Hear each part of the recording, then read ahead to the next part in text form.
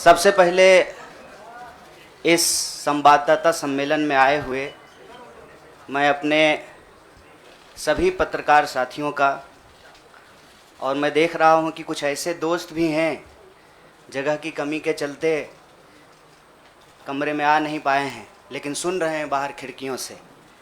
मैं आप सबका स्वागत करता हूं और मंच पर उपस्थित एआईसीसी ऑर्गेनाइजेशन के जनरल सेक्रेटरी वेणु जी, जनरल सेक्रेटरी सुरजेवाला जी, एससी डिपार्टमेंट के चेयरमैन नितिन राउत जी, बिहार के प्रभारी भक्त चरण दास जी, बिहार के अध्यक्ष मदन मोहन झा जी और कांग्रेस पार्टी के ट्रेजरर पवन बंसल जी, हमारे युवा साथी और गुजरात कांग्रेस के वर्किंग प्रेसिडेंट भाई हार्दिक पटेल जी, और हमारे आंदोलन में कदम से कदम मिलाकर हर घड़ी हमारा साथ देने वाले हमारे साथी बडगाम से निर्दलीय विधायक साथी जिग्नेश मेवानी जी, मैं आप सबका आभार व्यक्त करता हूं। और मैं अपने पत्रकार साथियों से कुछ चीज़ों को लेकर मुखातिब हूं, उससे पहले आज ये एक ऐतिहासिक दिन है। आज शहीद आज़म भगत सिंह की जयंती है। लोग शहीद होते हैं, भगत सिंह शहीद आज़म हैं। शहीद आज़म इसलिए हैं कि आज हम लोग जहां माल्यार्पण करने के लिए गए थे, शहीद पार्क, वो शहीद पार्क एक ऐतिहासिक पार्क है। वो हिस्सा है फिरोज शाह कोटला फोर्ट का, जहां पर चंद्रशेखर आज़ाद जी की अध्यक्षता में हिंदुस्तान रिपब्लिकन आर्मी की गुप्त मीटिंग हो रही थी। अंग्रेज़ों के ज़माने में क्रांतिकारी छुपकर मीटिंग किया करते थे। नौजवान तरुण भगत सिंह एक प्रपोजल लेकर के आए कि हिंदुस्तान रिपब्लिकन आर्मी का नाम अब हिंदुस्तान सोशलिस्ट रिपब्लिकन आर्मी होना चाहिए। यह ऐतिहासिक क्षण, वो ऐतिहासिक भूमि और हमारे युवाओं के आइकन शहीद आज़म भगत सिंह को हम अपना नमन प्रस्तुत करते हैं।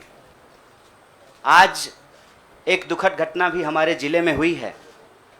वज्रपात के चलते 2 बच्चियों का निधन हो गया है।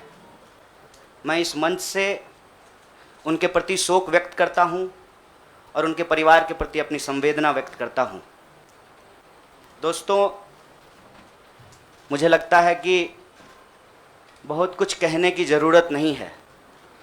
आजकल सूचना क्रांति के इस दौर में हमसे ज़्यादा मालूम हमारे पत्रकार साथियों को होता है।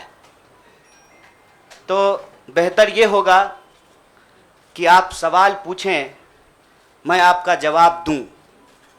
लेकिन आप सवाल कहाँ से पूछेंगे और आपके मन में कौन से सवाल चल रहे हैं, इसका थोड़ा सा अंदेशा है, मुझे थोड़ा अंदाज़ा भी है। सबसे पहले मैं आपको बधाई देना चाहता हूं कि आपने पत्रकारिता की उस मिसाल को जिंदा रखा है कि कम से कम विपक्ष से तो सवाल करते हैं ना, ताकि इस देश को याद रहे कि पत्रकारों का काम है सवाल पूछना। तो मैं आपके हर सवाल का जवाब दूंगा। जितना सवाल आप पूछना चाहते हैं पूछिएगा, बारी बारी से पूछिएगा, सारे सवालों का जवाब दूंगा। बस एक सवाल का जवाब जो मुझे लगता है कि आप सबके मन में होगा कि आप कांग्रेस पार्टी क्यों ज्वाइन किए हैं, उस सवाल का जवाब दे करके मैं हमारे जो अध्यक्ष हैं उनकी तरफ मुखातिब होऊंगा, माइक उनको समर्पित करूंगा। मैं कांग्रेस पार्टी इसलिए ज्वाइन कर रहा हूं कि मुझे ये महसूस होता है कि इस देश में कुछ लोग, वो सिर्फ लोग नहीं हैं, वो एक सोच है। वो इस देश की सत्ता पे ना सिर्फ काबिज हुए हैं, इस देश की चिंतन परंपरा, संस्कृति, इसका मूल्य, इसका इतिहास, इसका वर्तमान और इसका भविष्य खराब करने की कोशिश कर रहे हैं। वो जो सोच है, उस सोच के बारे में आप अपने आप समझ जाएंगे, क्योंकि कहीं मैंने पढ़ा था कि आप अपने दुश्मन का चुनाव कीजिए, अपने विपक्ष का चुनाव कीजिए, दोस्त अपने आप बन जाएंगे। तो हमने ये चुनाव किया है। हम इस देश की सबसे पुरानी पार्टी, सबसे लोकतांत्रिक पार्टी, मैं जोर दे करके बोल रहा हूं लोकतांत्रिक पार्टी, ताकि आप लोग परिवारवाद पे सवाल जरूर कीजिएगा। लोकतांत्रिक पार्टी में हम इसलिए शामिल होना चाहते हैं कि हमको लगता है, और सिर्फ हमको नहीं लगता है, इस देश के लाखों करोड़ों नौजवानों को यह लगने लगा है कि अगर कांग्रेस नहीं बचा तो देश नहीं बचेगा। और यह बात मैं आपको स्पष्ट कर देता हूं, देश में प्रधानमंत्री अब भी हैं, देश में प्रधानमंत्री इससे पहले भी थे, देश में आगे भी प्रधानमंत्री होते रहेंगे। लेकिन आज जब हम लोग श्री राहुल गांधी जी के उपस्थिति में फॉर्मली कांग्रेस पार्टी का फॉर्म भर रहे थे, तो साथी जिग्नेश ने संविधान की कॉपी दी और हमने उनको भगत सिंह, गांधी और अंबेडकर की तस्वीर प्रस्तुत किया, क्योंकि हमारा यह मानना है कि आज इस देश को भगत सिंह की वीरता की जरूरत है, भगत सिंह के साहस की जरूरत है। आज इस देश को अंबेडकर की समानता की जरूरत है, और आज इस देश को गांधी की एकता की जरूरत है। गांधी जब कहते हैं रघुपति राघव राजा राम, पतित पावन सीताराम, ईश्वर अल्लाह तेरो नाम, सबको सन्मति दे भगवान, ये गांधी की एकता है। जब अंबेडकर कहते हैं कि किसी भी समाज का मूल्यांकन वहां महिलाओं की क्या स्थिति है इस बात से होगा, तब वो समानता की वकालत कर रहे होते हैं। मैं नहीं मानता हूं कि डॉक्टर बाबा साहब भीमराव अंबेडकर किसी एक समुदाय के नेता थे।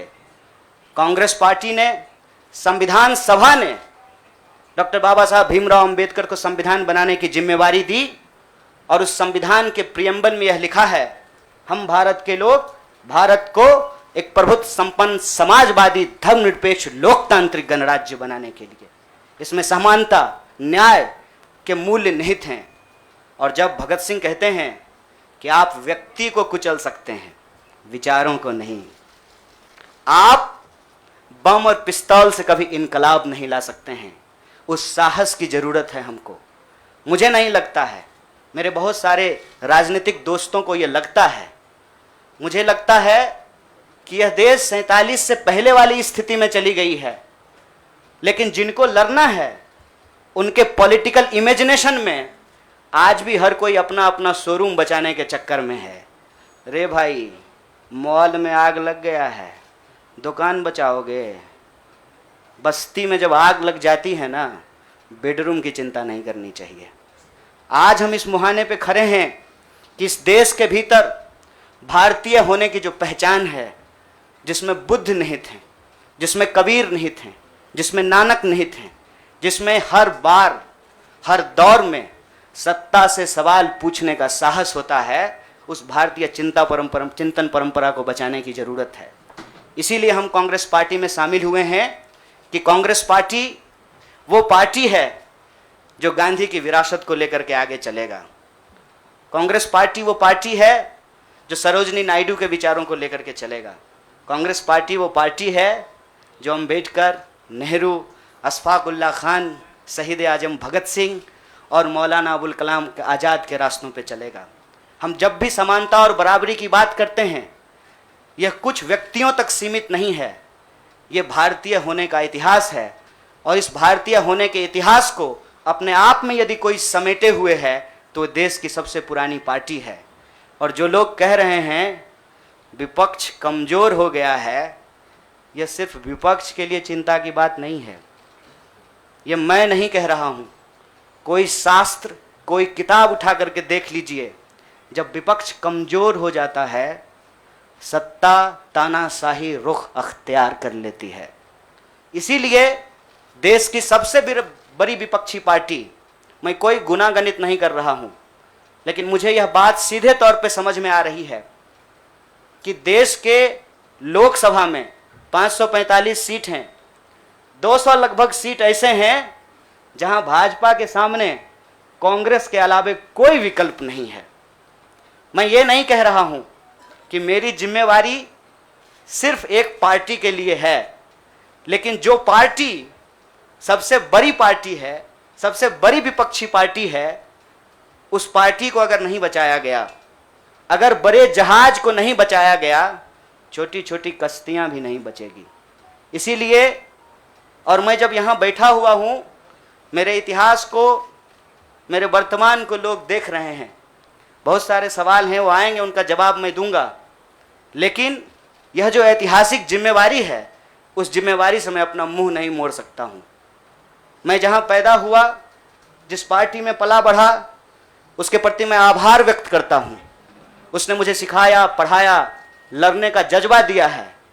लेकिन उस पार्टी के साथ साथ मैं उन लाखों करोड़ों लोगों को भी धन्यवाद देना चाहता हूँ जो किसी पार्टी से जुड़े हुए नहीं थे।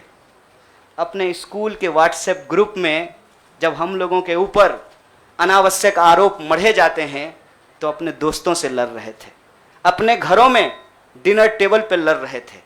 लोगों की दोस्तियां टूट गई हम लोगों के आंदोलन के समर्थन में, और मैं मजाक नहीं कर रहा हूं, लोगों के डिवोर्स तक हो गए। ये जो देश में एक वैचारिक संघर्ष छिड़ा है, उस वैचारिक संघर्ष को कांग्रेस पार्टी ही नेतृत्व दे सकती है, यह हमारा भरोसा है। और मैं ये उम्मीद करता हूं कि हमारे देश के जो लाखों करोड़ों नौजवान आपके माध्यम से सुन रहे हैं, उनसे भी मैं आग्रह कहता हूं, दीवार पर बैठकर टुकुर टुकुर मुंह ताकने का वक्त नहीं है।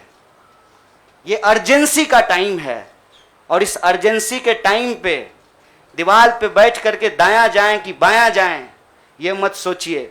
जब आप जंग में होते हैं तो आपके पास जो अवेलेबल चीज़ें होती हैं, आप उससे मुकाबला करने की कोशिश करते हैं। कांग्रेस पार्टी एक बड़ी जहाज है।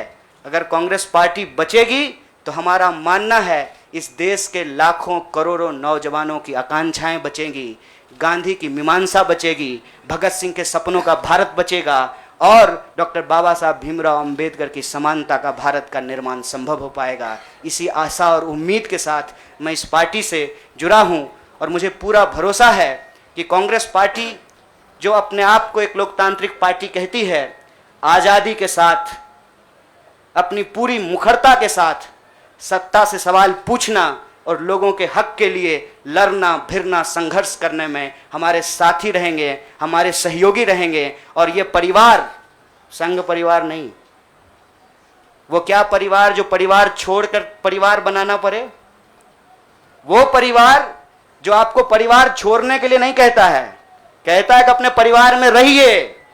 अरे महात्मा गांधी कस्तूरबा गांधी को लेकर के अंग्रेजों से लड़ गए, बताइए इनको अपना घर छोड़ना पड़ा। कोई जरूरी है क्या? घर परिवार के साथ रहना है। डॉक्टर बाबा साहब भीमराव अंबेडकर भी अपने परिवार के साथ रहते थे। आप जितने बड़े लोग हैं उनका इतिहास उठा करके देख लीजिए, सब लोग अपने परिवार के साथ रहते थे। वो परिवार छोड़ करके बनने वाला परिवार नहीं। न्याय, बराबरी और संघर्ष के लिए इस परिवार में मैं शामिल हुआ हूं। सभी सदस्यों के प्रति, देश के अंदर फैले हुए लाखों करोड़ों कार्यकर्ताओं को अपना आभार व्यक्त करता हूं। बहुत बहुत शुक्रिया, बहुत बहुत धन्यवाद। शुक्रिया। मैं अब जिग्नेश भाई से प्रार्थना करूंगा कि वो अपनी बात कहेंगे। जिग्नेश जी आ जाएगा।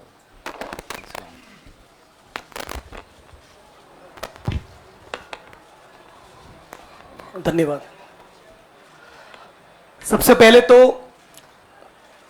केसी वेणुगोपाल साहब, सुरजेवाला जी, नितिन राउत साहब, पवल बंसल जी, भक्तचरण दास जी, साथ ही हार्दिक कन्हैया और दूसरे पार्टी के मंच पर विराजमान सभी सीनियर लीडर्स, आप तमाम पत्रकार साथी और वो तमाम साथी जो हमको आज मिलने के लिए हमारे समर्थन में आए हैं, गुजरात के विभिन्न कोनों से और पूरे देश भर में से, उन सभी का मैं स्वागत करता हूं। साथियों, जो कहानी गुजरात से शुरू हुई, उस कहानी ने पिछले 6-7 साल में इस मुल्क में क्या उत्पात मचाया है, वो अब आपके हमारे सबके सामने है। एज अ नेशन, एक राष्ट्र के तौर पर हम एक अनप्रेसिडेंटेड, अभूतपूर्व क्राइसिस से गुजर रहे हैं।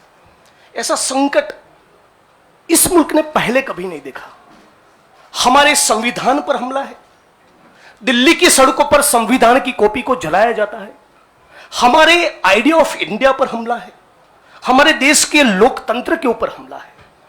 आज भाई भाई एक दूसरे का दुश्मन बन जाए, उतना जहर, नफरत एक सोची समझी साजिश के तहत दिल्ली और नागपुर साथ में मिलकर फैला रहे हैं।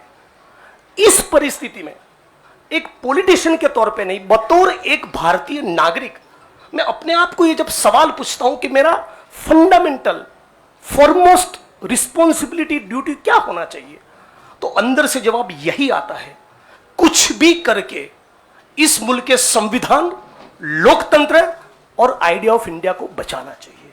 और यदि उसको बचाना है तो मुझे उनके साथ खड़े रहना है जिसने स्वतंत्रता के आंदोलन में न केवल कंट्रीब्यूट किया है, उसको लीड किया है, अंग्रेजों को यहां से खदेड़ कर दिखाया है। और इसीलिए आज मैं इंडियन नेशनल कांग्रेस की इस मंच पर आपके साथ खड़ा हूं। एक टेक्निकल कारण के चलते मैं फॉर्मली पार्टी इसलिए ज्वाइन नहीं कर सकता क्योंकि मैं एक निर्दलीय विधायक हूं। If I join a party I may not continue as an MLA. मेरी पार्टी के सीनियर लीडर से बात हुई, मेरे मतक्षेत्र के साथियों से बात हुई, अपने आप से बात हुई, राहुल जी से बात हुई, तो मुझे लगा कि मैं इस विचार के साथ हूं ना, ये सबसे प्रमुख बात है। मैं इस मुहिम, मिशन और इस संघर्ष के साथ हूं, ये सबसे महत्वपूर्ण बात है। बाकी की फॉर्मेलिटी तो आने वाले महीनों में भी हो जाएगी। और राहुल जी ने भी कहा कि वो जो पर्चा भर के सदस्य लेने की बात है वो तो कल भी कर लेना, अभी अपने मत क्षेत्र के लोगों के साथ खड़े रहो। तो मैं फॉर्मली नहीं लेकिन इस विचार के साथ आज जुड़ चुका हूं और 22 का चुनाव में कांग्रेस के सिंबल से ही लड़ूंगा, उसके सारे कैंपेन्स का हिस्सा रहूंगा। और गुजरात के संदर्भ में आज साथी हार्दिक हमारे बीच में मौजूद है, तब कहना चाहता हूं कि आज राष्ट्रीय स्तर पे जो हो रहा है वो सब कुछ हम लोग गुजरात में देख चुके हैं, झेल चुके हैं। आप सभी पत्रकार साथियों के बीच में बड़ी चिंता के साथ ये कहना चाहता हूं, हमारी पार्टी ने इस मुद्दे को उठाया है कि 3000 किलो का ड्रग्स 15-20 लाख बेरोजगार युवा को नशे की चुंगाल में फंसाने के लिए अदानी के एयरपोर्ट पर उतर रहा है। आज जब महंगाई और बेरोजगारी उसके चरम सीमा पर है, तब गुजरात और देश के बेरोजगार युवाओं को रोजगार देने के बजाय ये फांसीवादी ताकतें चाहती है कि रोजगार तो ना मिले, उनको नशे के हवाले में झोंक दिया जाए। तो इन सारी परिस्थितियों में यदि बाबा साहब अंबेडकर के संविधान को बचाना है, हमारे आइडिया ऑफ इंडिया को बचाना है, भगत सिंह को जब मुकदमे की कार्यवाही के दौरान पूछा गया कि क्रांति क्या है, तब शहीद आजम ने कहा था कि क्रांति से हमारा मतलब है किसानों और मजदूरों के हाथ में सत्ता। माननीय प्रधानमंत्री जब अमेरिका से वापस आते हैं तो भाई विस्टा का काम ठीक ठाक चल रहा है ना, नई पार्लियामेंट का, वो देखने के लिए जाते हैं, किसान को मिलने के लिए नहीं जाते।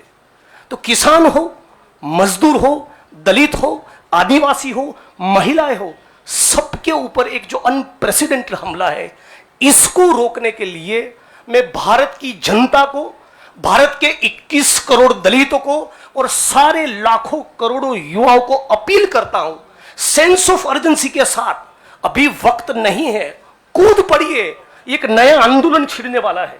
स्वतंत्रता के आंदोलन की जो रौनक थी, वो जो चार्म था, वो जो माहौल था, हमको वो क्रिएट करना पड़ेगा। यहां पर तमाम वो लोग जो सचमुच मानते कि देश को बचाना है, उन सभी को हम अपील करते हैं कि इस प्लेटफॉर्म के साथ जुड़िए।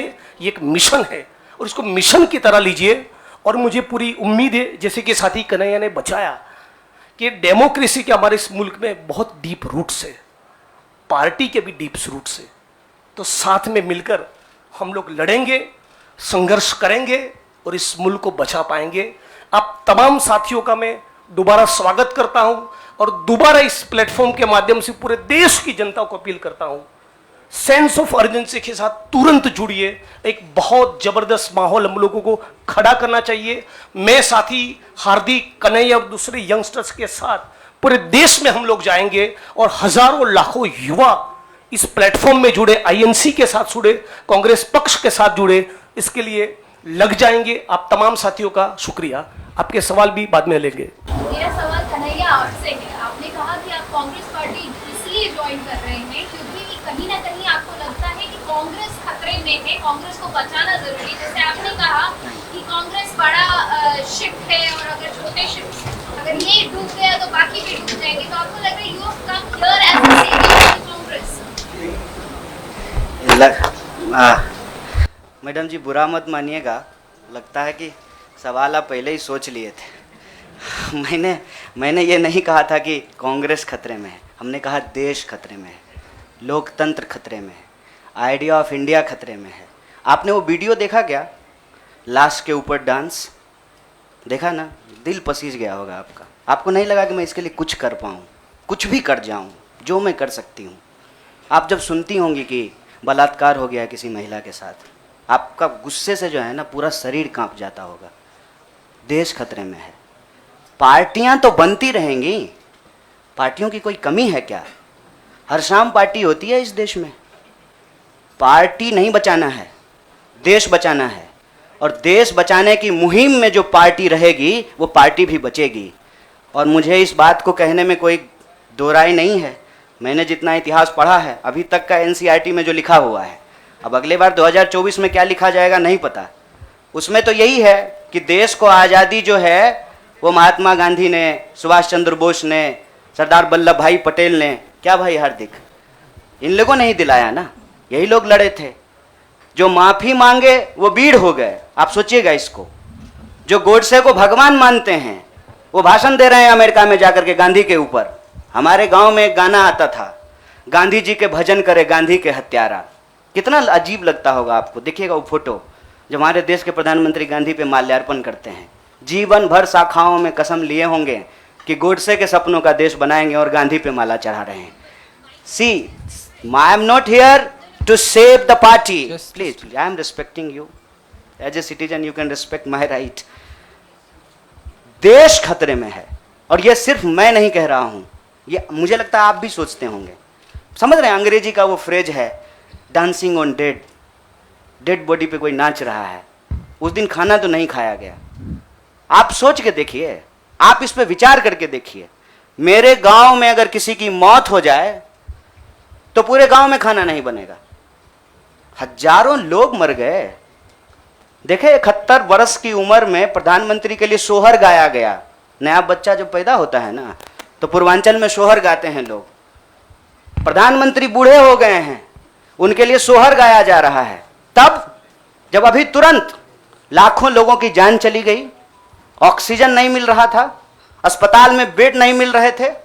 आप में से कोई भी ऐसा इंसान है जिसके कोई जानने वाले नहीं मरे हो इसमें, इस क्राइसिस में? इतना बड़ा क्राइसिस जिसके देश में हुआ हो अभी तुरंत, वो अपने जन्मदिन का जश्न मनाएगा? ये भोंडापन है। इस संस्कृति को बचाने की जरूरत है, और इस संस्कृति को बचाने के लिए मुझे लगता है कि कांग्रेस पार्टी में क्षमता मौजूद है। लोगों को यह बात पसंद हो या ना पसंद हो, हकीकत यह है कि पार्लियामेंट में सबसे बड़ी पार्टी कांग्रेस पार्टी है। इसीलिए इस पार्टी को यह जिम्मेवारी लेनी पड़ेगी, और उस जिम्मेवारी को संभालने के लिए मैं यहां आया हूं। से मोहित दुबे बोल रहा हूं। मेरा सवाल यह है कि भारतीय जनता पार्टी ने बड़ा आरोप आप पे लगाया है, कांग्रेस पार्टी का। जनता पार्टी का आरोप को कौन पूछता है? आपका कोई आरोप है मेरे ऊपर? भारतीय जनता पार्टी को मैं सीरियसली नहीं लेता हूं। आपका कोई आरोप है? आप सवाल पूछिए। साहब जो साथी पीछे खड़े हैं, थोड़ा आप शांति का दान दीजिए प्लीज। अरे भैया प्लीज, दुबे जी आप पूछिए please, ask your question quickly. BJP ने जो आरोप लगाया उसकी क्या प्रतिक्रिया होगी इसके साथ?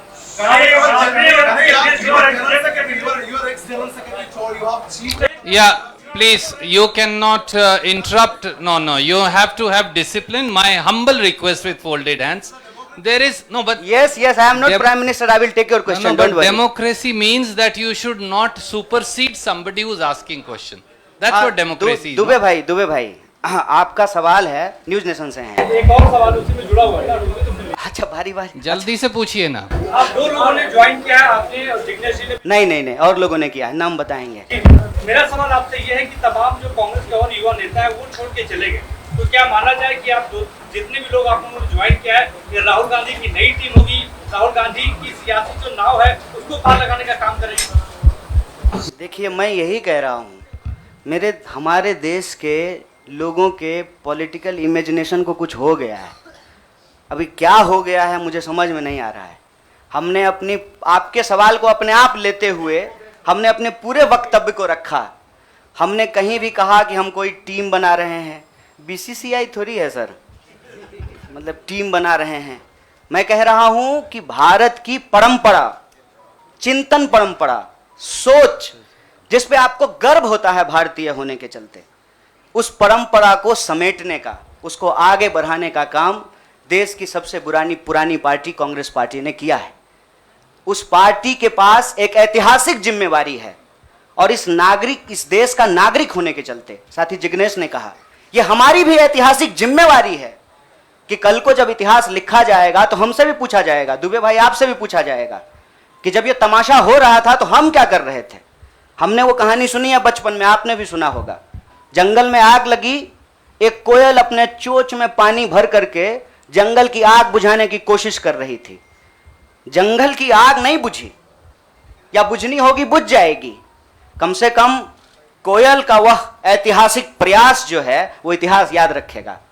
और ये जो आप कह रहे हैं ना, डूबती हुई नाव, देखिए कभी कभी ना इंसान को भ्रम होता है, जैसे टिड्डे को भ्रम होता है कि वो अपने पांव से आसमान टिका रखा है। हमको ऐसा कोई भ्रम नहीं है।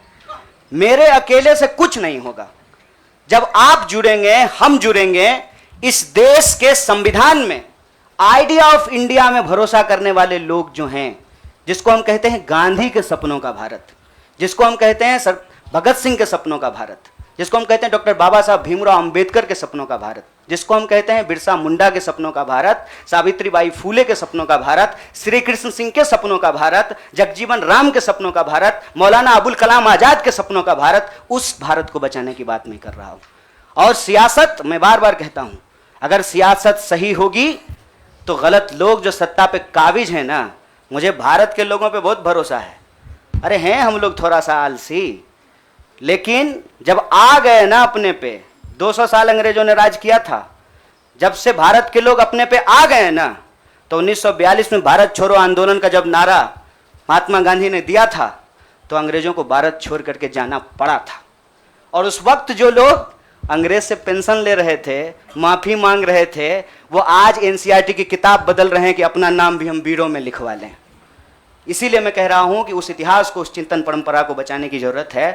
पार्टी अगर उस सिद्धांत पे चलेगी, संविधान के प्रियम्बल को रक्षा करने की कोशिश करेगी, पार्टी भी बचेगी और पार्टी सत्ता में भी आएगी। ऐसा मेरा उम्मीद है, ऐसे मेरी आशा है। Jainendra from ABP, can you please come forward and ask. हाँ पूछिए जरा।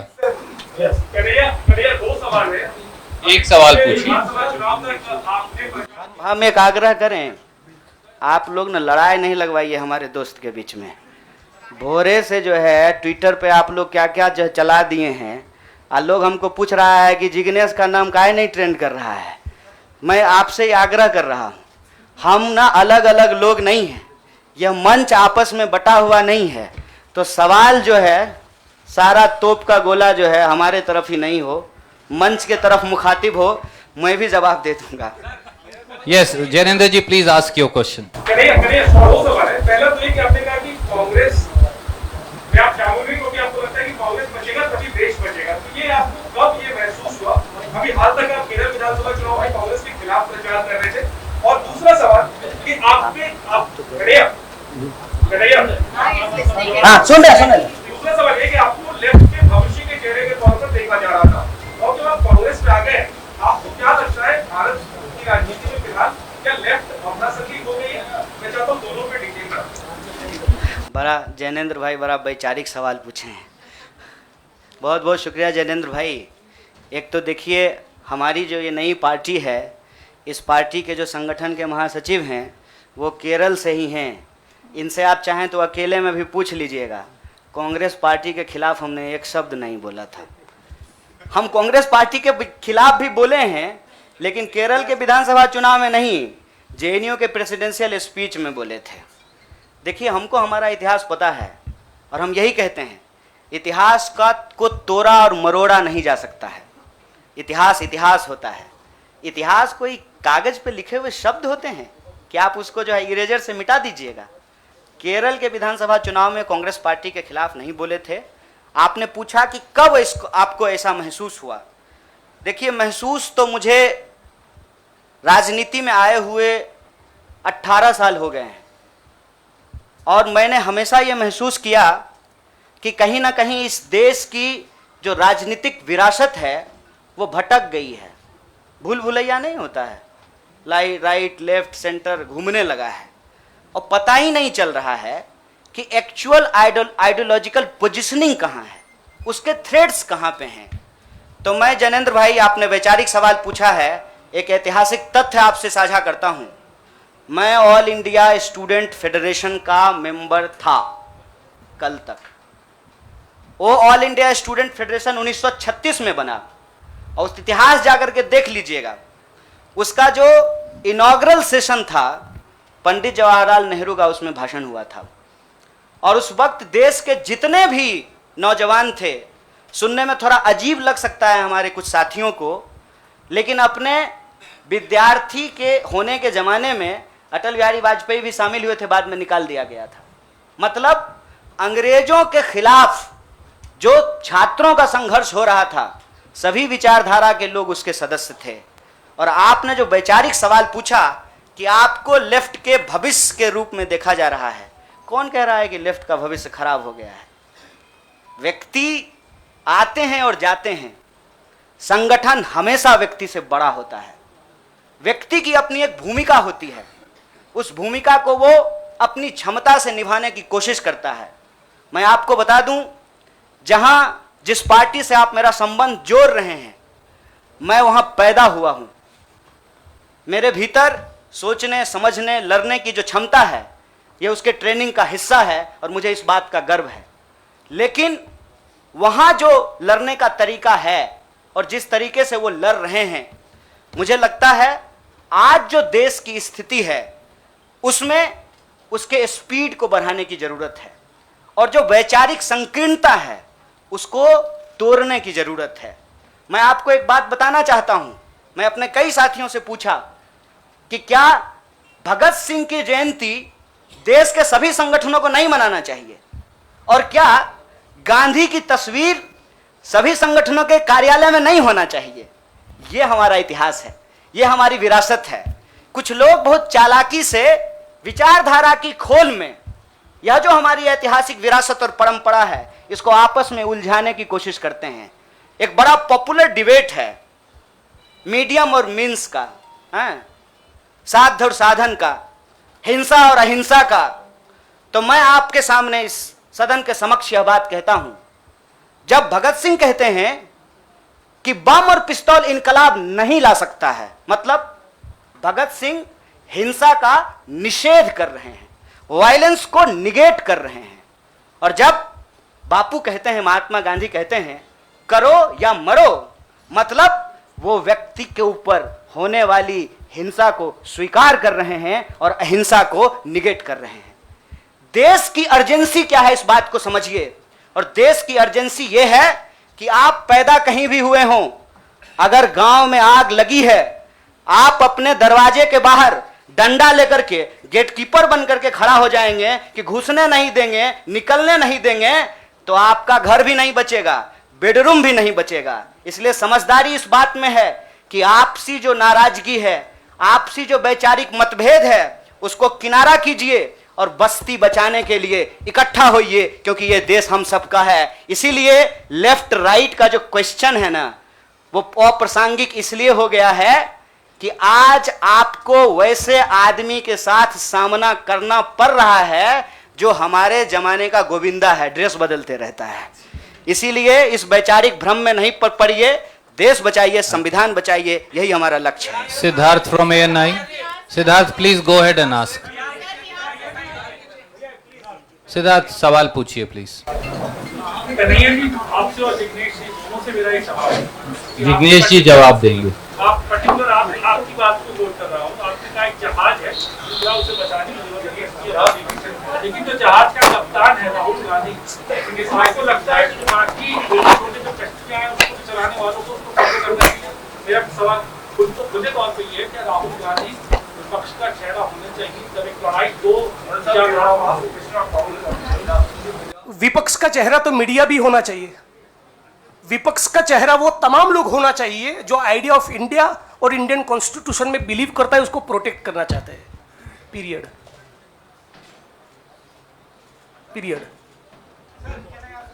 Thank you. I'll have to see, it's been over an hour. बहुत सारे साथी अलग अलग दोनों से बात करना चाहते हैं। I am going to wind up this press conference. Thank you so much. हम बाद में आके हमसे ले लीजिएगा, हाँ 1 to 1 करेंगे।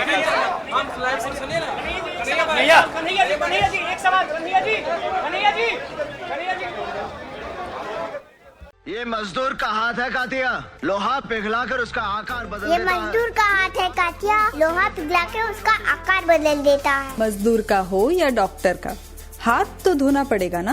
मम्मा साबुन से नहीं। है नेचर ग्रीन का हैंड वॉश, ये मारे हाथों के जम्स करता है प्रोटेक्ट, ये है नेचर ग्रीन का हैंड वॉश। ये